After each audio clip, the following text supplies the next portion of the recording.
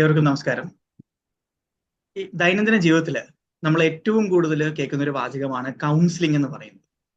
പലപ്പോഴും നമ്മുടെ സുഹൃത്തുക്കൾ അല്ലെങ്കിൽ ആരെങ്കിലും ഒക്കെ നമ്മളോട് പറയും, നിനക്ക് ഒരു കൗൺസിലിങ്ങിന്റെ കുറവുണ്ട്, നീ ഒരു കൗൺസിലിങ്ങിന് പോ, അല്ലെങ്കിൽ ഒരു കൗൺസിലിംഗ് അനിവാര്യമാണ് എന്നൊക്കെ. എന്താണ് കൗൺസിലിംഗ്, എന്തിനു വേണ്ടിയിട്ടാണ് കൗൺസിലിംഗ് എന്നുള്ളതാണ് നമ്മൾ ഇന്നത്തെ അധ്യായത്തിൽ സംസാരിക്കുന്നത്. ഇന്ന് നമ്മുടെ അതിഥിയായിട്ട് നമ്മോടൊപ്പം ഉള്ളത് പ്രിയപ്പെട്ട ബഹുമാനപ്പെട്ട ശരണ്യ മോഹൻ അവർകളാണ്. കഴിഞ്ഞ 10 വർഷത്തിലധികമായിട്ട് കൗൺസിലിംഗ് മേഖലയിൽ പ്രവർത്തിച്ചു വരുന്നു. MSW MA അപ്ലൈഡ് സൈക്കോളജി ബിരുദാനന്തര ബിരുദധാരിയാണ്. ഒട്ടനവധി മേഖലകളിൽ, പ്രത്യേകിച്ച് ആദിവാസി മേഖലകളിൽ, ഗ്രാമീണ മേഖലകളിൽ പോക്സോ വിക്ടിംസിന് വേണ്ടിയിട്ട്, ഡൊമസ്റ്റിക് അബ്യൂസിന്, ഡൊമസ്റ്റിക് വയലൻസിന് വിധേയരായിട്ടുള്ളവർക്ക് വേണ്ടിയിട്ട് ഒക്കെ തന്നെ കൗൺസിലിംഗ് നൽകിയിട്ടുള്ള ഒരു വ്യക്തിയാണ് ശ്രീമതി ശരണ്യ മോഹൻ. ഇന്നത്തെ അധ്യായത്തിൽ ശ്രീമതി ശരണ്യ മോഹൻ നമ്മോട് കൗൺസിലിംഗ് എന്താണ്, എന്തിനു വേണ്ടിയിട്ടാണ്, അതിന്റെ പ്രാധാന്യം എന്താണ് എന്നുള്ള വിഷയത്തെക്കുറിച്ചാണ് സംസാരിക്കാൻ പോകുന്നത്. പ്രിയപ്പെട്ട ബഹുമാനപ്പെട്ട ശരണ്യ മോഹൻ അവർകളെ ഇന്നത്തെ അധ്യായത്തിലേക്ക് ആദരപൂർവ്വം സ്വാഗതം ചെയ്യുകയാണ്. Thank you. ഓക്കെ, അപ്പൊ നമുക്ക് ആരംഭിക്കാം. ഇന്ന് എന്താണ് കൗൺസിലിംഗ്, അതുപോലെ തന്നെ ആരൊക്കെയാണ് ഒരു കൗൺസിലറിനെ കാണേണ്ടത്, അതുപോലെ ആർക്കൊക്കെ കൗൺസിലിംഗ് പ്രൊഫഷണലി നൽകാനായിട്ട് സാധിക്കും, അതുപോലെ തന്നെ ഒരു റെഫറലിന്റെ പ്രാധാന്യം, ഇങ്ങനെയുള്ള 4 കാര്യങ്ങളാണ് ഞാൻ നിങ്ങളുമായിട്ട് അല്ലെങ്കിൽ സംസാരിക്കാമെന്ന് വിചാരിക്കുന്ന വിഷയം. അപ്പം എന്താണ് കൗൺസിലിംഗ്? കൗൺസിലിംഗ് എന്ന് പറയുമ്പോൾ കുറെ കൺസെപ്റ്റുകൾ അതിനെക്കുറിച്ച് കേട്ടിട്ടുണ്ടാവും. പലപ്പോഴും പലരും നമ്മുടെ അടുത്ത് ഒരാളെ കൊണ്ടുവന്ന് മേഡം ഒന്ന് ഉപദേശിക്കാമോ എന്ന് ചോദിച്ചിട്ടാണ് പലപ്പോഴും വരുന്നത് തന്നെ. അപ്പോൾ പലർക്കും മനസ്സിലുള്ള ഒരു കൺസെപ്റ്റ് എന്ന് പറഞ്ഞാൽ കൗൺസിലിംഗ് എന്ന് പറഞ്ഞു കഴിഞ്ഞാൽ ഉപദേശം കൊടുക്കുക എന്നുള്ളതാണ് ആദ്യത്തെ ചിന്താഗതി തന്നെ വരുന്നത്. പക്ഷെ നമ്മൾ മനസ്സിലാക്കേണ്ട ഒരു കാര്യം എന്ന് പറഞ്ഞിട്ടുണ്ടെങ്കിൽ, കൗൺസിലിംഗ് എന്ന് പറഞ്ഞു കഴിഞ്ഞാൽ ഒരിക്കലും ഒരു ഉപദേശം നൽകല്, അല്ലെങ്കിൽ ഞാൻ എൻ്റെ അടുത്ത് വരുന്ന ഒരാൾക്ക് ഒരു തീരുമാനം എടുത്തു കൊടുക്കല് എന്നുള്ളതല്ല കൗൺസിലിംഗ് എന്ന് പറയുന്നത്. കൗൺസിലിംഗ് എന്ന് പറയുന്നത് സയന്റിഫിക് ആയിട്ടുള്ള പ്രൊസീജിയേഴ്സ് ഉള്ള, അതിൻ്റെതായ സ്റ്റെപ്പുകളുള്ള ഒരു കാര്യമാണ് കൗൺസിലിംഗ് എന്ന് പറയുന്നത്. അപ്പൊ കൗൺസിലിംഗിൽ പ്രധാനമായിട്ട് നമ്മൾ ചെയ്യുന്നത്, ഒരു വ്യക്തി ഒരു പ്രശ്നമായി നമ്മുടെ മുൻപിൽ വന്നു കഴിഞ്ഞാൽ അയാളെ ഒരു തീരുമാനമെടുക്കാൻ പ്രാപ്തനാക്കുക എന്നുള്ളതാണ് കൗൺസിലിങ്ങിലൂടെ നമ്മൾ ചെയ്യുന്നത്. അത്തരത്തിലുള്ള ഒരു ഹെൽപ്പാണ്, അതിനുവേണ്ട ഒരു അസിസ്റ്റൻസ് ആണ് ഒരു സൈക്കോളജിസ്റ്റ് അല്ലെങ്കിൽ ഒരു കൗൺസിലർ അവർക്ക് നൽകുന്നത്. അപ്പൊ എപ്പോഴും നമ്മൾ ചിന്തിക്കേണ്ടത്, കൗൺസിലിംഗ് എന്ന് പറയുമ്പോൾ ഉപദേശമല്ല. അത് പലർക്കും ഉള്ള ഒരു തെറ്റിദ്ധാരണയാണ്. ഉപദേശമാണ്, ഉപദേശിക്കാനാണ് കൊണ്ടുവരുന്നത്, ഒന്ന് ഉപദേശിച്ച് ശരിയാക്കോ, അത്തരത്തിലുള്ള കുറെ ചോദ്യങ്ങൾ നമ്മുടെ മുമ്പിൽ വരാറുണ്ട്. പക്ഷെ ഒരിക്കലും കൗൺസിലിംഗ് എന്ന് പറയുന്നത് അങ്ങനെയല്ല. അതൊരു സയന്റിഫിക് പ്രൊസീജിയർ ആണ്. നമ്മൾ മനസ്സിലാക്കേണ്ട ഒരു കാര്യം എന്താണെന്ന് വെച്ചാൽ, ഇപ്പൊ നമുക്കറിയാം, ഒരു പ്രശ്നം വരുന്ന സമയത്ത് നമുക്ക് ചിലപ്പോൾ കൃത്യമായിട്ടുള്ള ഒരു തീരുമാനം എടുക്കാൻ സാധിക്കണമെന്നില്ല. ഇപ്പൊ ഉദാഹരണമായിട്ട് പറയുകയാണെങ്കിൽ, നമ്മൾ ഭയങ്കര ദേഷ്യത്തിൽ അല്ലെങ്കിൽ ഭയങ്കര സങ്കടത്തില് അല്ല നമ്മൾ ഭയങ്കര സന്തോഷത്തിലൊക്കെ നിൽക്കുകയാണെങ്കിലും നമ്മൾ എടുക്കുന്ന തീരുമാനം ചിലപ്പോൾ ശരിയാവണം എന്നില്ല. അപ്പൊ അത്തരത്തിൽ നമ്മൾ ഒരു ഇമോഷനിലൂടെ പോകുന്ന സമയത്ത്, അല്ലെങ്കിൽ നമുക്ക് ഒരു ഹെൽപ്പ് വേണമെന്ന് തോന്നുന്ന സമയത്ത്, നമുക്ക് കൃത്യമായിട്ടൊരു തീരുമാനം എടുക്കാൻ പറ്റുന്നില്ല എന്ന് ചിന്തിക്കുന്ന സമയത്ത് നമുക്ക് ഒരു അസിസ്റ്റൻസ് നൽകാൻ, ഒരു ഹെൽപ്പ് നൽകാനാണ് ഒരു കൗൺസിലർ നിങ്ങൾക്ക് വേണ്ടിയിട്ടിരിക്കുന്നത്. അപ്പൊ അതാണ് നമ്മൾ ആദ്യമായിട്ട് കൗൺസിലിങ്ങിനെ കുറിച്ച് മനസ്സിലാക്കേണ്ട ഒരു കാര്യം എന്ന് പറഞ്ഞു കഴിഞ്ഞാൽ. രണ്ടാമതായിട്ട് ഞാൻ പറയാൻ ഉദ്ദേശിക്കുന്ന കാര്യം, ആരാണ് ഒരു കൗൺസിലറിനെ കാണേണ്ടത് എന്നുള്ളതാണ് രണ്ടാമതായിട്ട് നമുക്ക് ചിന്തിക്കേണ്ട ഒരു കാര്യം. ഇപ്പം പലർക്കും ഒരു ചിന്താഗതി ഉള്ളത് എന്താ വെച്ചിട്ടുണ്ടെങ്കിൽ, മാനസിക രോഗികളാണ് കൗൺസിലറിനെ കാണാൻ പോവുക എന്നുള്ളൊരു ചിന്താഗതി ഉണ്ട്. ഇപ്പൊ നമ്മൾ തന്നെ ഒരാൾക്ക് ചിലപ്പോൾ മനസ്സിൽ എനിക്കൊരു കൗൺസിലറിനെ കാണണം, എനിക്ക് അയാളുടെ അടുത്ത് സംസാരിക്കണം, എന്തെങ്കിലും എന്റെ കാര്യങ്ങൾ ഷെയർ ചെയ്യണം എന്നുള്ള പോകും. ചിലപ്പോൾ നമ്മൾ പോവാൻ പഠിക്കും. കാരണം എന്താ വെച്ചിട്ടുണ്ടെങ്കിൽ, ആരെങ്കിലും എന്തെങ്കിലും പറയൂ. ഇപ്പൊ നമ്മളെ കുറിച്ച് ഞാൻ ആ കൗൺസിലറിനെ കാണാൻ പോയി, അല്ലെങ്കിൽ ആ സൈക്കോളജിസ്റ്റിനെ കാണാൻ പോയി, അപ്പൊ എന്നെ ഒരു മാനസിക രോഗിയായിട്ട് കാണുമോ, അല്ലെങ്കിൽ എന്നെ കുറിച്ച് അങ്ങനെയുള്ള ഒരു തെറ്റിദ്ധാരണ വരുമോ എന്നുള്ള ഒരു ചിന്താഗതി പലരുടെ ഉള്ളിലുണ്ട്. ഇപ്പോ എൻ്റെ ഒരു അനുഭവത്തിൽ നിന്ന് പറയുകയാണെങ്കിൽ, നമ്മള് കൊറോണ സമയത്ത് നമുക്ക് എല്ലാവർക്കും അറിയാം, ടെലികൗൺസിലിംഗ് ഒക്കെ വളരെ വ്യാപകമായിരുന്നു. അപ്പൊ നമ്മൾ അങ്ങനെ ടെലികൗൺസിലിംഗ് ഒക്കെ ചെയ്യുന്ന സമയത്ത് കുറെ അധികം ആളുകൾ നമ്മളെ വിളിക്കും, സംസാരിക്കും. അപ്പൊ അവർക്ക് എന്താ വെച്ചിട്ടുണ്ടെങ്കിൽ ഒരു ടെൻഷൻ ഇല്ല, ആരെങ്കിലും എന്നെ കുറിച്ച് എന്തെങ്കിലും തെറ്റിദ്ധാരണ ഉണ്ടാക്കുമോ എന്നുള്ള ഒരു ടെൻഷൻ ഇല്ലാതെ നമ്മളുടെ അടുത്ത് ഓപ്പൺ ആയിട്ട് സംസാരിക്കാൻ കുറെ പേര് തയ്യാറാവുമായിരുന്നു. എന്നാൽ ഇത് തന്നെ നമ്മൾ ഡയറക്റ്റ് കൗൺസിലിംഗ് ആവുന്ന സമയത്ത് പലർക്കും ഒരു ടെൻഷനാണ്. ഇപ്പോ ഞാൻ എൻ്റെ ചില എക്സ്പീരിയൻസിൽ നമ്മൾ ലാൻഡ് സ്ലൈഡ് ഒക്കെ നടന്നിട്ടുള്ള സ്ഥലങ്ങളിൽ നമുക്കറിയാം കേരളത്തിലെ പല സമയത്തായിട്ട് അങ്ങനെയുള്ള പല വിപത്തുകൾ നമ്മൾ ഫേസ് ചെയ്തിട്ടുള്ളതാണ്. അപ്പൊ അങ്ങനെയൊക്കെ നടന്നിട്ടുള്ള സമയത്ത് നമ്മൾ അവിടെ കൗൺസിലിങ്ങിന് ചെല്ലുന്ന നേരത്തെ എങ്ങനെയാന്ന് വെച്ചിട്ടുണ്ടെങ്കിൽ പലർക്കും നമ്മളുടെ അടുത്ത് വന്ന് സംസാരിക്കാൻ ഒരു മടിയാണ്. അപ്പൊ ചില സന്ദർഭങ്ങളില് അവർക്ക് വേണ്ടിയിട്ട് അവരുടെ റിലേറ്റീവ് ആയിരിക്കും നമ്മുടെ അടുത്ത് വരിക. "മാഡം, ഇങ്ങനെ ഒരു പ്രശ്നമുണ്ട്, എന്റെ ഏട്ടന് ഇങ്ങനെ ഒരു പ്രശ്നമുണ്ട്, അല്ലെങ്കിൽ എന്റെ കൂടെയുള്ള ആൾക്ക് ഇങ്ങനെ ഒരു പ്രശ്നമുണ്ട്" എന്ന് പറഞ്ഞിട്ട് വേറൊരു റിലേറ്റീവ് ആയിരിക്കും നമ്മുടെ അടുത്ത് വരിക. പക്ഷെ അവരോട് സംസാരിക്കാൻ ശ്രമിക്കുമ്പോൾ, നേരിട്ട് കാണാൻ ശ്രമിക്കുമ്പോൾ അവരില്ല, ഞങ്ങൾ ഓക്കെയാണ് എന്നുള്ള രീതിയിലാണ് പറയുന്നത്. അപ്പോൾ നമ്മൾ ആദ്യം മനസ്സിലാക്കേണ്ട ഒരു കാര്യം എന്ന് പറഞ്ഞാൽ, ഒരിക്കലും ഒരു മാനസിക രോഗമുള്ള ആള് മാത്രമാണ് അല്ലെങ്കിൽ അവരാണ് കൗൺസിലിങ്ങിനോ ഒരു തെറാപ്പിക്കോ പോവേണ്ടത് എന്നുള്ള ചിന്താഗതി നമ്മൾ മാറ്റി വെക്കേണ്ട കാലം കഴിഞ്ഞു. കുറേയധികം വ്യത്യാസമുണ്ട്. ഇപ്പൊ ഞാനൊക്കെ എന്റെ കരിയർ തുടങ്ങിയ സമയത്ത് എന്ന് പറഞ്ഞാൽ ഇതൊക്കെ ഭയങ്കര എന്തോ ഒരു വിഷയം പോലെ ഉണ്ടായിരുന്നതിൽ നിന്ന് കുറെ മാറ്റങ്ങളുണ്ട്. ഇപ്പോൾ സോഷ്യൽ മീഡിയയുടെ ഒക്കെ ഇൻഫ്ലുവൻസ് വന്നതുകൊണ്ട് കുറേയധികം വ്യത്യാസങ്ങളുണ്ട്. പല സിനിമകളിലും നമ്മൾ കൗൺസിലറെ അല്ലെങ്കിൽ സൈക്കോളജിസ്റ്റിനെ കാണുന്നുണ്ട്. അപ്പൊ അതുകൊണ്ട് കുറെ മാറ്റങ്ങളുണ്ട്. എന്നിരുന്നാൽ പോലും ഇപ്പോഴും ആളുകളുടെ ഉള്ളിൽ ഇങ്ങനെ ഒരു ചിന്താഗതി ഉണ്ട്. എനിക്ക് ഒരു പ്രശ്നം വന്നു കഴിഞ്ഞാൽ ഒരു സൈക്കോളജിസ്റ്റിനെ കാണാൻ പോവാൻ പാടുണ്ടോ? ഞാൻ പോയി കഴിഞ്ഞാൽ എന്നെ കുറിച്ച് ആളുകൾ ഇത്തരത്തിലുള്ള ഒരു ചിന്താഗതി പരത്തുവോ, അല്ലെങ്കിൽ എന്നെ ഒരു മാനസിക രോഗിയായിട്ട് കാണുമോ എന്നുള്ള രീതിയിൽ. അപ്പൊ നമ്മൾ മനസ്സിലാക്കേണ്ട കാര്യം എന്ന് പറഞ്ഞു കഴിഞ്ഞാൽ, മാനസിക പ്രശ്നങ്ങളും ഉണ്ട്, മാനസിക രോഗങ്ങളും ഉണ്ട്. അത് രണ്ടും വ്യത്യാസമുണ്ട്. അപ്പൊ നമ്മൾ ഒരിക്കലും ഒരു മാനസിക പ്രശ്നമുള്ള ഒരാൾക്ക് ഓപ്പൺ ആയിട്ടൊന്ന് സംസാരിക്കണമെന്നുണ്ടെങ്കിൽ നമ്മൾ ഒരിക്കലും ഒരു വിഷമം വിചാരിക്കരുത്. ഒരു കൗൺസിലറിനെ, ക്വാളിഫൈഡ് ആയിട്ടുള്ള, പ്രൊഫഷണലി ക്വാളിഫൈഡ് ആയിട്ടുള്ള ഒരു കൗൺസിലറിനെ പോയി കാണുവാനും സംസാരിക്കുവാനും നമ്മൾ ആ സാഹചര്യം ശരിക്കും ഉപയോഗപ്പെടുത്തുവാനും നമ്മൾ ഒരു മടിയും വിചാരിക്കരുത് എന്നാണ് എനിക്ക് പറയാനുള്ളത് ആ ഒരു കാര്യത്തിൽ. അപ്പം ആർക്കും ഒരു വിഷയത്തിൽ, ഇപ്പോ നമുക്ക് ഉദാഹരണമായിട്ട് പറയുകയാണെങ്കിൽ, ഇപ്പൊ ചിലപ്പോ താങ്ങാനാവാത്ത സങ്കടം, വിഷമം നമുക്ക് സഹിക്കാൻ പറ്റുന്നില്ല, സ്വയം നിയന്ത്രിച്ച് ശരിയാക്കാൻ പറ്റാത്ത എന്തെങ്കിലും തരത്തിലുള്ള ഇമോഷൻസ്, ഉദാഹരണമായിട്ട് പറയുകയാണെങ്കിൽ ചില അഡിക്ഷനുകൾ ഉണ്ടാവും നമുക്ക്, ചില കാര്യങ്ങളോടുള്ള ഇഷ്ടങ്ങള്, അത്തരത്തിലുള്ള നമുക്ക് നിയന്ത്രിക്കണം എന്ന് ആഗ്രഹമുണ്ട്, പക്ഷെ നമുക്ക് ചെയ്യാൻ സാധിക്കുന്നില്ല, അത്തരത്തിലുള്ള സന്ദർഭങ്ങള്. പിന്നെ ചില കുട്ടികളിൽ കാണുന്ന പരീക്ഷാ പേടികള്, ഇങ്ങനെ ഫാമിലിയിൽ വരുന്ന പ്രശ്നങ്ങള്, പരസ്പരം ചിലപ്പോൾ സംസാരിച്ചാൽ തീരാവുന്ന പ്രശ്നങ്ങളെ നമുക്കിടയിൽ ഉണ്ടാവുള്ളൂ, പക്ഷെ അത് സംസാരിക്കാൻ പറ്റുന്നില്ല, അതിന് മൂന്നാമതൊരാളുടെ ഹെൽപ്പ് വേണം. ഇങ്ങനെ വിവിധ തരത്തിലുള്ള പലതരത്തിലുള്ള പ്രശ്നങ്ങൾക്ക് എന്തും ഇമോഷണലായിട്ട് ബന്ധപ്പെട്ടിട്ട് നമുക്ക് ഒരാളുടെ ഹെൽപ്പ് വേണം എന്ന് തോന്നുകയാണെങ്കിൽ തീർച്ചയായിട്ടും നമുക്ക് ഒരു കൗൺസിലറുടെ അടുത്ത് പോവാനായിട്ട് സാധിക്കണം എന്നാണ് എനിക്ക് പറയാനുള്ളത്. അപ്പൊ നമ്മൾ അതില് ഒരു വേറെ ചിന്താഗതി ഒന്നും വെച്ചിട്ട് അങ്ങനെ മനസ്സ് വിഷമിച്ചിരിക്കരുത്. ഏതെങ്കിലും തരത്തിലുള്ള മാനസികമായിട്ടുള്ള സമ്മർദ്ദം ഉണ്ടെങ്കിൽ തീർച്ചയായിട്ടും നമ്മൾ ഒരു കൗൺസിലറിനെ പോയി കാണാൻ മടിക്കരുത്. ഇതാണ് രണ്ടാമതായിട്ട് എനിക്ക് പറയാനുള്ള ഒരു വിഷയം എന്ന് പറഞ്ഞു കഴിഞ്ഞാൽ. പിന്നെ മറ്റൊരു കാര്യം എന്ന് പറഞ്ഞാല്, ആർക്കൊക്കെ കൗൺസിലിംഗ് കൊടുക്കാനായിട്ട് സാധിക്കും, അല്ലെങ്കിൽ ഇപ്പോ ആരൊക്കെയാണ് കൃത്യമായിട്ടുള്ള മെന്റൽ ഹെൽത്ത് പ്രൊഫഷണൽസ്, അത് നമ്മളൊരു വ്യക്തത വരുത്തേണ്ടിയിരിക്കുന്നു ശരിക്കും. ഇപ്പോ വളരെ സിവിയർ ആയിട്ടുള്ള അല്ലെങ്കിൽ ഒരു അസുഖം എന്നുള്ള രീതിയിലുള്ള ചില മാനസിക പ്രശ്നങ്ങളുണ്ട്. നമ്മൾ തന്നെ ചിലപ്പോൾ നമ്മുടെ ചുറ്റുപാടും കണ്ടിട്ടുണ്ടാവും. ചില ആളുകൾ തനിയെ ഇരുന്ന് സംസാരിക്കുന്നവരുണ്ടാവാം, അല്ലെങ്കിൽ നല്ല രീതിയിൽ ഇപ്പൊ നമ്മളെ പോലെ വസ്ത്രം ധരിക്കാതെ നടക്കുന്ന ആളുകൾ ഉണ്ടാവാം. അങ്ങനെയുള്ളവരൊക്കെ ചിലപ്പോൾ നമ്മൾ നാട്ടുപുറത്തോ അല്ലെങ്കിൽ നമ്മൾ ഒരു സ്ഥലത്തൂടെ പോകുമ്പോഴൊക്കെ ചിലപ്പോൾ ശ്രദ്ധിച്ചിട്ടുണ്ടായിരിക്കാം. അപ്പോൾ അത്തരത്തിലുള്ള മാനസിക അസുഖങ്ങളുള്ള ആളുകളുണ്ട്. അതുപോലെ തന്നെ നിയന്ത്രിക്കാൻ പറ്റാത്ത ചില സങ്കടങ്ങള്, വിഷമങ്ങള്, പേടികള്, തനിയിരിക്കുമ്പോൾ ചെവിയിലൊക്കെ ശബ്ദം കേൾക്കുന്ന പോലെ, അങ്ങനെ പലതരത്തിലുള്ള സങ്കീർണമായിട്ടുള്ള മാനസിക അസുഖങ്ങളുണ്ട്. അത്തരത്തിലുള്ള മാനസിക അസുഖങ്ങളുള്ള ആളുകളെ സൈക്കാട്രിസ്റ്റുകളാണ് കാണേണ്ടതും അവരാണ് മരുന്ന് കൊടുക്കേണ്ടത്. അപ്പൊ നമുക്ക് മെന്റൽ ഹെൽത്ത് പ്രൊഫഷണൽസ് തന്നെ പല കാറ്റഗറി ആയിട്ടുണ്ട്. ഇപ്പോ സൈക്കാട്രിസ്റ്റ് ഉണ്ട്, അതുപോലെ തന്നെ തെറാപ്പിസ്റ്റ്, ക്ലിനിക്കൽ സൈക്കോളജിസ്റ്റ് അല്ലെങ്കിൽ റീഹാബിലിറ്റേഷൻ സൈക്കോളജിസ്റ്റ് പോലെയുള്ളവരുണ്ട്. PG കഴിഞ്ഞ് MSc കഴിഞ്ഞ് സൈക്കോളജിയിലെ ബിരുദാനന്തര ബിരുദം എടുത്ത് അവര് എക്സ്പീരിയൻസ്ഡ് ആയിട്ടുള്ള കൗൺസിലേഴ്സ് ഉണ്ട്, സൈക്കോളജിസ്റ്റുകളുണ്ട്. അതുപോലെ തന്നെ MSW കഴിഞ്ഞത് സോഷ്യൽ വർക്കിൽ ബിരുദാനന്തര ബിരുദം എടുത്തിട്ട് എക്സ്പീരിയൻസ് ഉള്ള കൗൺസിലേഴ്സ് ഉണ്ട്. അങ്ങനെ പലതരത്തിലുള്ള മെന്റൽ ഹെൽത്ത് പ്രൊഫഷണൽസ് നമ്മുടെ നാട്ടിലുണ്ട്. പക്ഷെ നമ്മൾ മനസ്സിലാക്കേണ്ട കാര്യം എന്താ വെച്ചിട്ടുണ്ടെങ്കിൽ നമ്മൾ കൃത്യമായി അത്തരത്തിലുള്ള പ്രൊഫഷണൽസിനെയാണ് കാണേണ്ടത്. അത് എപ്പോ എങ്ങനെ കാണണം എന്നുള്ളതുണ്ട്.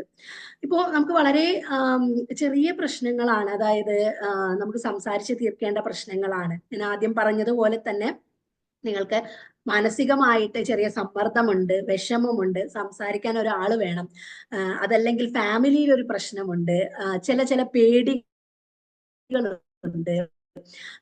ഇത്തരത്തിലുള്ള സന്ദർഭങ്ങളിൽ നമുക്ക് സൈക്കോളജിസ്റ്റിനെ കാണാവുന്നതാണ്, സൈക്കോളജിസ്റ്റിന്റെ കൗൺസിലിംഗ് എടുക്കാവുന്നതാണ്. കൗൺസിലിങ്ങിലൂടെ പല സയന്റിഫിക് മെത്തേഡ്സുകൾ ഉപയോഗിച്ച് നമ്മളിൽ മാറ്റം ഉണ്ടാക്കുന്നതാണ്.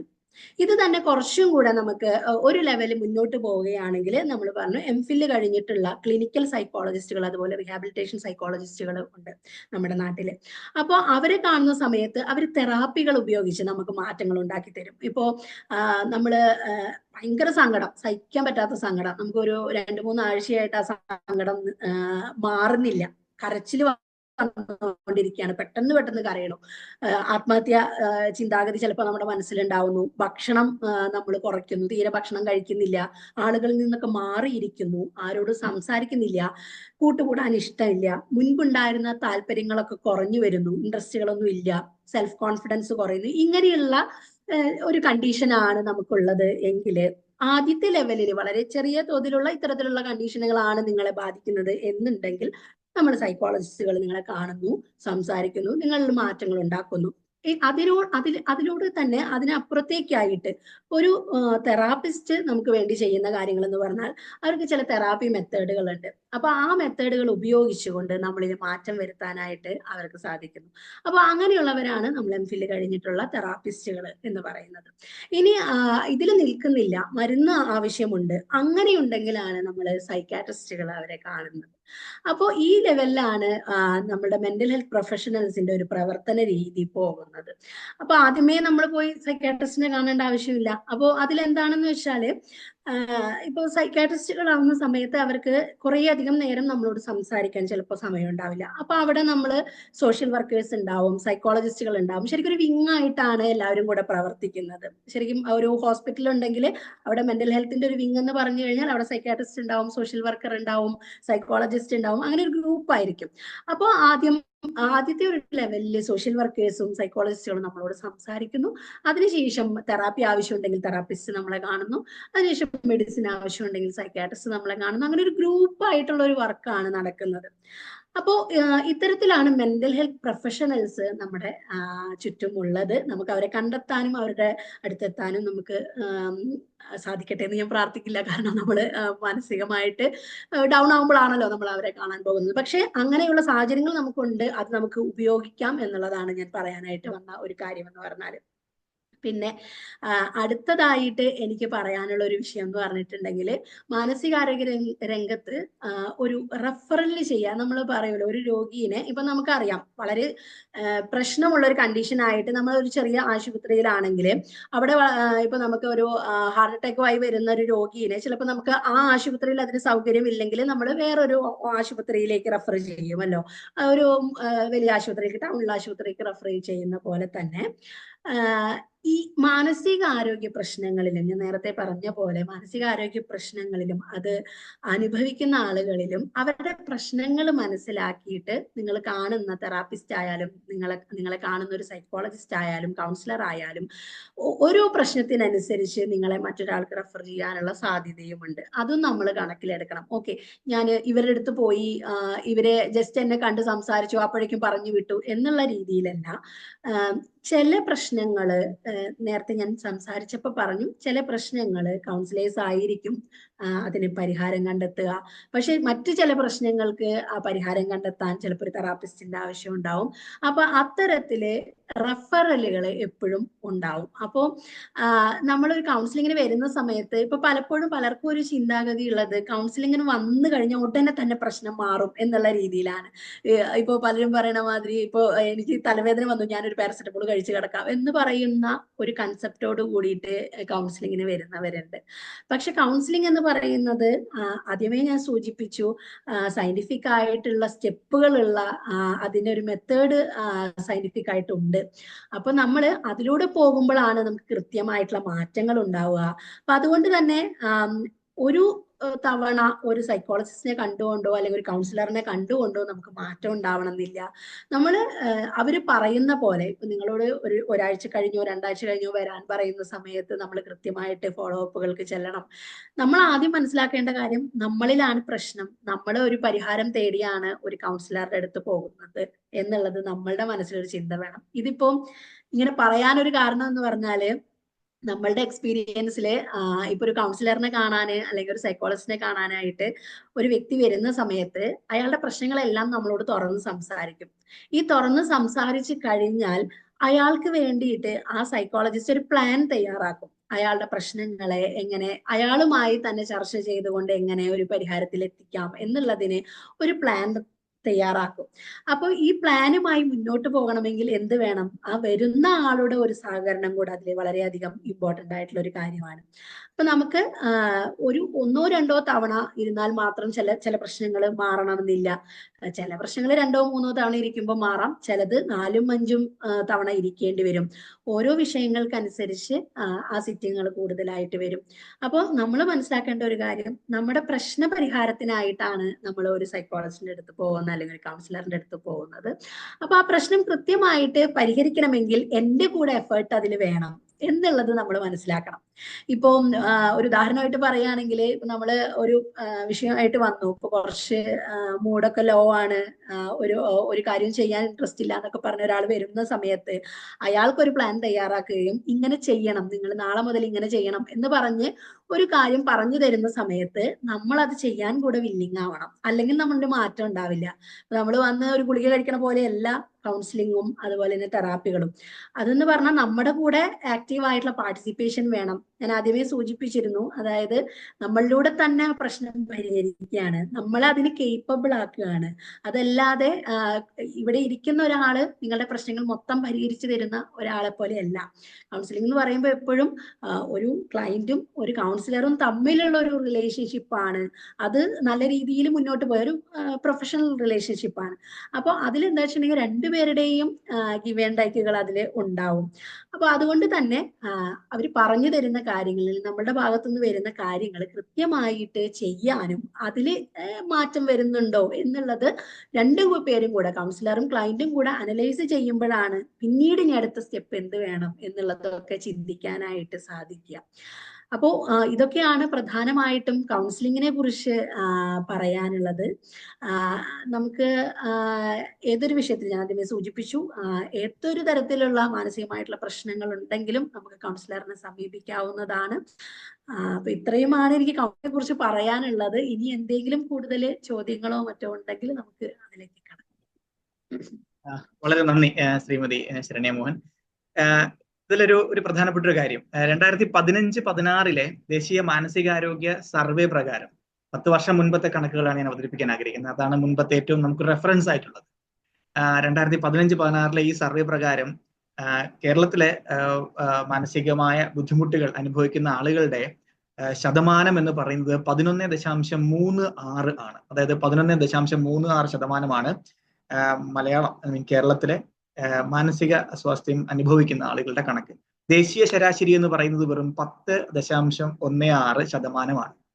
അപ്പോ ഒരുപക്ഷെ 10 വർഷത്തിന് മുൻപുള്ള കണക്കുകൾ പോലും കേരളത്തിലെ ഇത്രത്തോളമാണ് എങ്കിൽ 10 വർഷത്തിനിപ്പുറം ഇപ്പൊ 2025 ആകുമ്പോൾ ഉള്ള ഒരു കണക്കുകൾ നമ്മുടെ കയ്യിൽ ലഭ്യമല്ല എന്നുള്ളതാണ്. ഒരുപക്ഷെ പുതിയ സർവേ വരുന്നതേ ഉള്ളൂ. അപ്പൊ ഇത്തരം ഒരു സാഹചര്യത്തിൽ നമുക്കറിയാം, നമുക്ക് ചുറ്റുമുള്ള ഒരുപാട് ആളുകൾ മാനസികമായ ബുദ്ധിമുട്ടുകളൊക്കെ അനുഭവിക്കുന്നുണ്ട്. കൗൺസിലിംഗിന് വളരെയധികം പ്രാധാന്യം ഉള്ള ഒരു സമയം കൂടിയാണ് ഇന്നത്തെ ഒരു കാലഘട്ടം എന്ന് പറയുന്നത്. ഇവിടെ ഏറ്റവും പ്രധാനമായിട്ട് 2-3 ചോദ്യങ്ങൾ മാഡത്തോട് എനിക്ക് ചോദിക്കാനുള്ളത്. ഒന്ന്, ഏത് സമയത്താണ് പ്രധാനമായിട്ടും ഒരു വ്യക്തി കൗൺസിലറിനെ കാണേണ്ടത്? ഇതിൽ ശ്രദ്ധിക്കേണ്ട ഒരു കാര്യം, പലപ്പോഴും നമ്മുടെ ആളുകളുടെ ഒരു തെറ്റിദ്ധാരണ, അതായത് സൂപ്പർ മാർക്കറ്റിൽ പോയിട്ട് എന്തോ സാധനം പാക്ക് ചെയ്ത് വാങ്ങിക്കുന്ന പോലെയാണ് എനിക്കൊരു കൗൺസിലിംഗ് വേണം, പെട്ടെന്നൊരു കൗൺസിലിംഗ് വേണം എന്നൊക്കെ പറഞ്ഞിട്ട് പല ആളുകളും പലപ്പോഴും പറയുന്നത് ഞാൻ ശ്രദ്ധിച്ചിട്ടുണ്ട്. അപ്പോൾ ഒരു പക്ഷെ എപ്പോഴാണ് ഒരു വ്യക്തിക്ക് കൗൺസിലിംഗ് അനിവാര്യമാണ് എന്ന് തോന്നൽ ഉണ്ടാകേണ്ടത്? എപ്പോഴാണ് കൗൺസിലറിനെ സമീപിക്കേണ്ടതിനെ കുറിച്ച് ഒന്ന് പറയാം.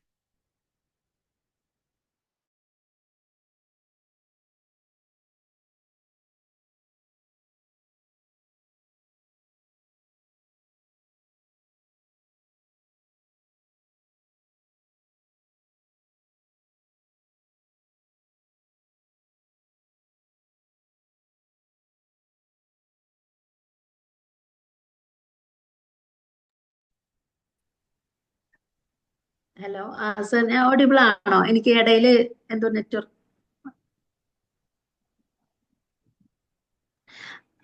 സോറി, ഞാൻ അവസാനത്തെ ആ ക്വസ്റ്റ്യൻ കേട്ടില്ലായിരുന്നു. എനിക്ക് നെറ്റ്വർക്കിന് ചെറിയൊരു പ്രശ്നം വന്നു. അതായത് ഏത് സമയത്താണ് നമുക്ക് ഒരു കൗൺസിലിംഗ് അനിവാര്യമാണെന്ന് തോന്നേണ്ടത്, എപ്പോഴാണ് നമ്മൾ ഒരു കൗൺസിലറിനെ സമീപിക്കേണ്ടത് എന്നുള്ളതാണ് ഏറ്റവും പ്രധാനപ്പെട്ട ഒരു ചോദ്യം എന്ന് പറയുന്നത്. ഓക്കെ, നമുക്ക് ഒരു കൗൺസിലറിനെ എപ്പോൾ സമീപിക്കാം എന്നുള്ളത് നമുക്ക് എല്ലാവർക്കും ചിന്തിച്ചു കഴിഞ്ഞപ്പോൾ, ഞങ്ങളൊക്കെ പഠിക്കുന്ന സമയത്ത് നമ്മൾ കുറെ അസുഖങ്ങളെ കുറിച്ചൊക്കെ പഠിക്കുമല്ലോ, മാനസിക പ്രശ്നങ്ങളെ കുറിച്ചൊക്കെ. അപ്പൊ എല്ലാവർക്കും തോന്നുന്ന ഒരു കാര്യമാണ് ഇത് കുറേശ്ശെ എനിക്കുണ്ടല്ലോ എന്നുള്ള രീതിയിൽ. അപ്പൊ നമ്മൾ എപ്പോഴും നമ്മുടെ ജീവിതത്തിനെ അത് ബാധിക്കുമ്പോൾ, അതായത് നമ്മൾ ഡെയിലി ചെയ്യുന്ന നമ്മുടെ കാര്യങ്ങളെ ബാധിക്കാനായിട്ട് തുടങ്ങുന്ന സമയത്ത്, നമ്മുടെ ചുറ്റുമുള്ളവർക്ക് അതുമായി ബന്ധപ്പെട്ട് പ്രശ്നങ്ങൾ ഉണ്ടാവാവുന്ന സമയത്ത് നമ്മൾ തീർച്ചയായിട്ടും ഒരു കൗൺസിലറിനെ, ഒരു സൈക്കോളജിസ്റ്റിനെ നമ്മൾ സമീപിക്കേണ്ടതാണ്. അപ്പൊ അത് ചെറിയ വിഷയത്തിൽ നിന്ന് തുടങ്ങി. ഇപ്പൊ ഞാൻ പറഞ്ഞ പോലെ തന്നെ നേരത്തെ, ഇപ്പൊ നമുക്കൊരു സങ്കടം മൂഡ് വരുന്നു, അല്ലെങ്കിൽ നമുക്ക് ദേഷ്യം ഭയങ്കരമായിട്ട് കൂടുതലാവുന്നു, അല്ലെങ്കിൽ ചില സംശയങ്ങൾ ഉണ്ടാവാൻ തുടങ്ങുന്നു, ചില പേടികൾ ഉണ്ടാവാൻ തുടങ്ങുന്നു. അപ്പൊ ഇതൊക്കെ എപ്പോഴാണോ നമ്മളുടെ ജീവിതത്തിനെ, നമ്മൾ സാധാരണ ജീവിതത്തിനെ ബാധിക്കാൻ തുടങ്ങുന്നത്, അപ്പൊ നമ്മൾ ഒരു കൗൺസിലറിനെ നമ്മൾ സമീപിക്കേണ്ടതാണ്. ഉദാഹരണമായിട്ട് പറയുകയാണെങ്കിൽ, നമുക്ക് എല്ലാവർക്കും ഭയം എന്നുള്ളത് എല്ലാവർക്കും ഉണ്ടാവും. ഇപ്പൊ നമ്മൾ റോഡിലൂടെ പോകുന്ന സമയത്ത് പെട്ടെന്ന് ഒരു വണ്ടി ചീറിപ്പാഞ്ഞ് വന്നു കഴിഞ്ഞാൽ എല്ലാവരും പേടിച്ച് മാറും. അത് നമ്മുടെ ബേസിക് ആയിട്ടുള്ള ഒരു റിഫ്ലക്സ് ആണ്.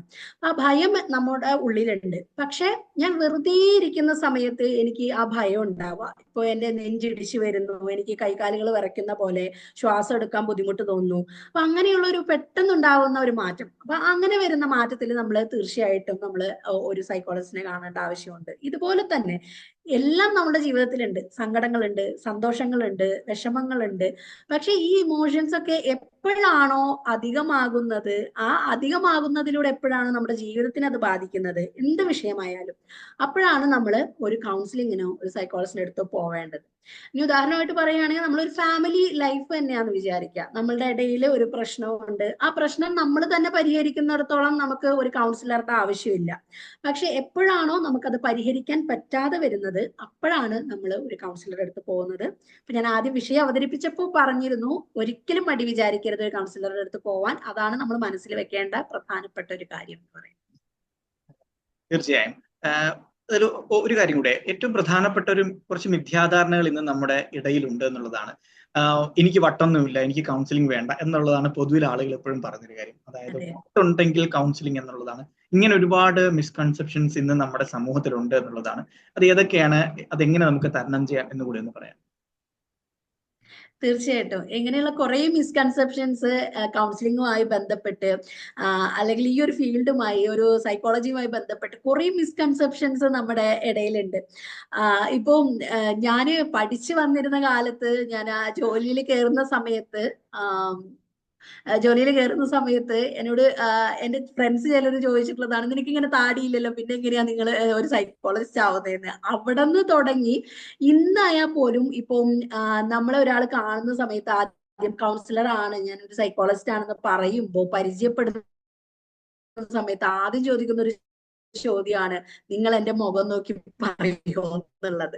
കുറെ മിസ്കൺസെപ്ഷൻസ് ഉണ്ട്. ഇപ്പൊ പല ആളുകൾക്കും സൈക്കോളജി എന്ന് പറയുമ്പോൾ ഒരു ക്യൂരിയോസിറ്റിയാണ്, എന്താണെന്ന് അറിയാൻ. അല്ലെങ്കിൽ ഞാനൊരു കൗൺസിലർ ആണെന്ന് പറയുമ്പോ അത് ഭയങ്കരമായിട്ട് എൻജോയ് ചെയ്യുന്ന ആളുകളെ ഞാൻ കണ്ടിട്ടുണ്ട്. അപ്പം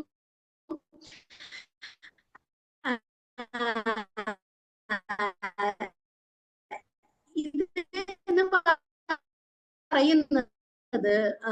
നമ്മൾ മനസ്സിലാക്കേണ്ട ഒരു കാര്യം എന്ന് പറഞ്ഞിട്ടുണ്ടെങ്കിൽ, എന്ന് പറയുന്നത് അതല്ലാതെ നമ്മൾ മുഖം നോക്കി പറയുന്നതോ അങ്ങനെയല്ല. അപ്പൊ ഒരാള് നമ്മളുടെ അടുത്ത് കൗൺസിലിങ്ങിനായിട്ട് വരുന്ന സമയത്ത്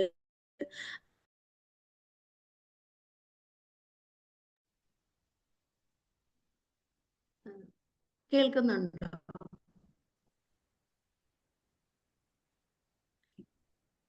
അപ്പം നമ്മള് മനസ്സിലാക്കേണ്ട ഒരു കാര്യം എന്ന് പറഞ്ഞിട്ടുണ്ടെങ്കിൽ, ഇതുമായി ബന്ധപ്പെട്ടിട്ട് ഇത്തരത്തിലുള്ള കുറെ മിസ്കൺസെപ്ഷൻസ് നിലവിലുണ്ട്. അപ്പോ ആദ്യം സർ പറഞ്ഞ പോലെ തന്നെ ഒരു കൗൺസിലർ എന്ന് പറഞ്ഞു കഴിഞ്ഞാൽ നമ്മളെ കാണുമ്പോഴേക്കും തന്നെ നമ്മളെ എല്ലാം മനസ്സിലാക്കിയെടുക്കുന്ന ഒരാളാണെന്നുള്ള മിസ്കൺസെപ്ഷൻ ഉണ്ട്. അപ്പൊ ശരിക്കും അതിനൊരു മെത്തേഡ് ഉണ്ട്. ഇപ്പൊ നമ്മൾ മൈക്രോ എക്സ്പ്രഷൻസ് എല്ലാം നോക്കുന്നുണ്ടാവും, അവരുടെ കാര്യങ്ങൾ സംസാരിക്കുന്നുണ്ട്, അതിലൂടെയൊക്കെയാണ് നമ്മൾ ഒരാളെ മനസ്സിലാക്കുന്നത്. പക്ഷെ ധൈര്യമായിട്ട് നിങ്ങൾക്ക് ഒരു സൈക്കോളജിസ്റ്റിന്റെ അടുത്ത് പോവാം. ഒരിക്കലും അവർ നിങ്ങൾ ആ കണ്ണിലൂടെ നോക്കില്ല. അത് അങ്ങനെ നോക്കുന്നത് ഒരു പ്രൊഫഷണൽ സെറ്റിംഗിൽ മാത്രമായിരിക്കും. അപ്പോ ആ രീതിയിലുള്ള കുറെ മിസ്കൺസെപ്ഷൻസ് ഇതുമായി ബന്ധപ്പെട്ട് ഇപ്പോഴും ഉണ്ട്. അപ്പൊ അതൊക്കെ മാറണം എന്നുള്ളതാണ് നമ്മുടെയും ചിന്താഗതി. മാഡം ഒരു സ്ഥാപനം നടത്തുന്നുണ്ട് ഇടം എന്ന പേരിൽ, കൗൺസിലിംഗ് സെന്റർ ആണ്. ഓൺലൈൻ വഴി സേവനം ലഭ്യമാണ്, ഓഫ്ലൈൻ വഴിയും ഒക്കെ പ്രവർത്തിക്കുന്നുണ്ട്. ഇടത്തിന്റെ പ്രവർത്തനത്തെ കുറിച്ചുകൂടി ഒന്ന് സംസാരിക്കാമോ? ഇടം ഇപ്പം നമ്മള് തുടങ്ങിയിട്ട് ഒരു 3 മാസം കഴിഞ്ഞു. അതിനു മുമ്പ് ഞാൻ കൂടുതലായിട്ട് ഡയറക്റ്റ് കൗൺസിലിംഗ് ആണ് ചെയ്തിരുന്നത്. ഇത് ഓൺലൈൻ കൗൺസിലിംഗ് എന്ന് പറയുന്നത് ഇന്നത്തെ കാലഘട്ടത്തിൽ വളരെയധികം സ്കോപ്പ് ഉള്ള ഒരു ഏരിയ ആണ്. കാരണം നമുക്ക് നമ്മുടെ വീട്ടിലിരുന്നു കൊണ്ട് തന്നെ നമുക്ക് ഈ ഒരു സേവനം ലഭ്യമാകുമെന്നുള്ളതാണ് അതിന്റെ ഒരു പ്രത്യേകത. പലർക്കും ഞാൻ ആദ്യമേ പറഞ്ഞു, ഇങ്ങനെ കുറെ മിസ്കൺസെപ്ഷൻസ് ഉള്ളത് കൊണ്ട് പലർക്കും ഒരു കൗൺസിലിംഗ് സെന്ററിലേക്ക് അപ്രോച്ച് ചെയ്യുക എന്നുള്ളത് തന്നെ ടെൻഷൻ ഉണ്ട്. അപ്പോ അത്തരത്തിലുള്ള ഒരു പ്രശ്നങ്ങളും ഇല്ലാതെ നമുക്ക് ഡയറക്റ്റ് ആയിട്ട് കൗൺസിലിംഗ് നമ്മുടെ വീട്ടിൽ ലഭ്യമാവും എന്നുള്ളതാണ് ഓൺലൈൻ കൗൺസിലിംഗിന്റെ ഒരു പ്രത്യേകതയായിട്ട് കാണുന്നത്. അതുപോലെ തന്നെ ഡയറക്റ്റ് ഇപ്പോൾ നിങ്ങൾ എന്നെ കണ്ട് സംസാരിക്കുന്നത് പോലെ നമ്മൾ ഓൺലൈൻ പ്ലാറ്റ്ഫോംസ് ഉണ്ട്, അതിലൂടെയാണ് നമ്മൾ കൗൺസിലിംഗ് കൊടുക്കുന്നത്. ഒരിക്കലും ഒരു സയന്റിഫിക് മേഖലയിൽ നിന്ന് മാറി നിന്നുകൊണ്ടല്ല, കൃത്യമായിട്ട് ആ രീതിയിൽ തന്നെയാണ് നമ്മൾ കൗൺസിലിംഗ് സർവീസസ് പ്രൊവൈഡ് ചെയ്യുന്നത്. അപ്പോ ഇതിൽ തന്നെ എനിക്ക് എടുത്തു പറയേണ്ട വേറൊരു കാര്യം എന്ന് പറഞ്ഞു കഴിഞ്ഞാൽ, ഇന്നത്തെ കാലഘട്ടത്തിൽ നമുക്കൊരു നല്ല കൗൺസിലറെ അല്ലെങ്കിൽ നല്ലൊരു സൈക്കോളജിസ്റ്റിനെ കിട്ടുക എന്നുള്ളത് വളരെ ബുദ്ധിമുട്ടുള്ള ഒരു കാര്യമാണ്. കാരണം ഞങ്ങളുടെ മേഖലയിലായിരിക്കും ഏറ്റവും കൂടുതൽ വ്യാജന്മാരുള്ളത്. അങ്ങനെ തന്നെ പറയാനാണ് ഞാൻ ശ്രമിക്കുന്നത്. കാരണം കൗൺസിലിംഗ് എന്ന് പറഞ്ഞു കഴിഞ്ഞാൽ നമ്മൾ ഒരു 6-7 വർഷം കൊണ്ട് പഠിച്ചെടുക്കുന്ന ഒരു കാര്യമാണ്. ഒരിക്കലും അത് നമുക്ക് ഒരു 2 മാസം കൊണ്ടോ 6 മാസം കൊണ്ടോ ഒരു 10 ദിവസം കൊണ്ടോ പഠിച്ചുകൊണ്ട് നമുക്ക് കൗൺസിലിംഗ് ചെയ്യാൻ പറ്റില്ല. അതിൽ വരുന്ന ഏറ്റവും വലിയ പ്രശ്നം എന്ന് പറഞ്ഞിട്ടുണ്ടെങ്കിൽ, ഒരു കൗൺസിലിംഗിന് ഇരിക്കുന്ന സമയത്ത് നമ്മുടെ അടുത്ത് ഞാൻ ആദ്യം പറഞ്ഞ പോലെ മാനസിക പ്രശ്നമുള്ള ഒരാൾ വരാം, മാനസിക രോഗമുള്ള ഒരാൾ വരാം. അത് തിരിച്ചറിയാനായിട്ട് നമുക്ക് സാധിക്കണം. അത് സാധിച്ചാൽ മാത്രമാണ് അവർക്ക് കൃത്യമായിട്ട് എന്താണ് കൊടുക്കേണ്ടത് എന്നുള്ളത് നമുക്ക് പറയാൻ പറ്റുള്ളൂ. അപ്പൊ എനിക്ക് വരുന്ന ഒരു ക്ലയന്റിനെ ഞാൻ തന്നെ വെച്ചോണ്ടിരിക്കും എന്ന് ചിന്തിക്കുമ്പോൾ ഞാനൊരു നല്ല സൈക്കോളജിസ്റ്റ് അല്ല. റെഫർ ചെയ്യേണ്ട പ്രാധാന്യം അതുകൊണ്ടാണ് ഞാൻ പറഞ്ഞത്. അപ്പം നമ്മൾ ഇടത്തിലൂടെ ചെയ്യുന്നത് ഓൺലൈൻ സർവീസസ് ആണ് കൂടുതലായിട്ട് ചെയ്യുന്നത്. അത് കൂടാതെ നമ്മൾ തൃശ്ശൂര് ഒരു 4 ദിവസം, മാസത്തിൽ 4 ദിവസം ഓഫ്ലൈൻ കൗൺസിലിംഗ് കൊടുക്കുന്നുണ്ട്. അതുപോലെ തന്നെ എല്ലാ തരത്തിലുള്ള കുട്ടികൾക്ക് ഫാമിലി കപ്പിൾ തെറാപ്പി അങ്ങനെയുള്ള എല്ലാ തരത്തിലുള്ള കൗൺസിലിങ്ങുകൾ നമ്മൾ കൊടുക്കുന്നുണ്ട്. ജെറിയാട്രിക് കൗൺസിലിംഗ് ചെയ്യുന്നുണ്ട്. പ്രായമായവർക്ക് സംസാരിക്കാൻ ഒരാൾ വേണം എന്ന് തോന്നലുണ്ടാവുമ്പോൾ നമ്മൾ അവരെയും കേൾക്കാൻ നമ്മൾ തയ്യാറാണ്. അതുപോലെ തന്നെ ബിഹേവിയറൽ അഡിക്ഷൻ, ഇപ്പോൾ ഫോണിൽ വരുന്ന അഡിക്ഷനുകൾ, അതുപോലെ തന്നെ നമുക്ക് ചിലപ്പോൾ ചില ആളുകൾക്ക് ഷോപ്പിങ്ങിൽ അഡിക്ഷൻ ഉണ്ടാവാം, ഒരു വ്യക്തിയോട് അഡിക്ഷൻ തോന്നാം, അങ്ങനെ പലതരത്തിലുള്ള അഡിക്ഷനുകൾ, ഇതെല്ലാം നമ്മൾ ഇടത്തിലൂടെ ഡീല് ചെയ്യുന്നുണ്ട്. അപ്പം ആർക്കെങ്കിലും നമ്മുടെ സേവനം ആവശ്യമുണ്ടെങ്കിൽ ബന്ധപ്പെടാവുന്നതാണ്. മാഡത്തിനെ കോൺടാക്ട് ചെയ്യേണ്ട നമ്പർ അല്ലെങ്കിൽ എന്താണെന്നുള്ള സംവിധാനത്തെ കുറിച്ച് ഒന്ന് പറയാമോ? ഇടം കോൺടാക്ട് ചെയ്യേണ്ടത് എങ്ങനെയാണെന്നുള്ളത്. ഓക്കെ,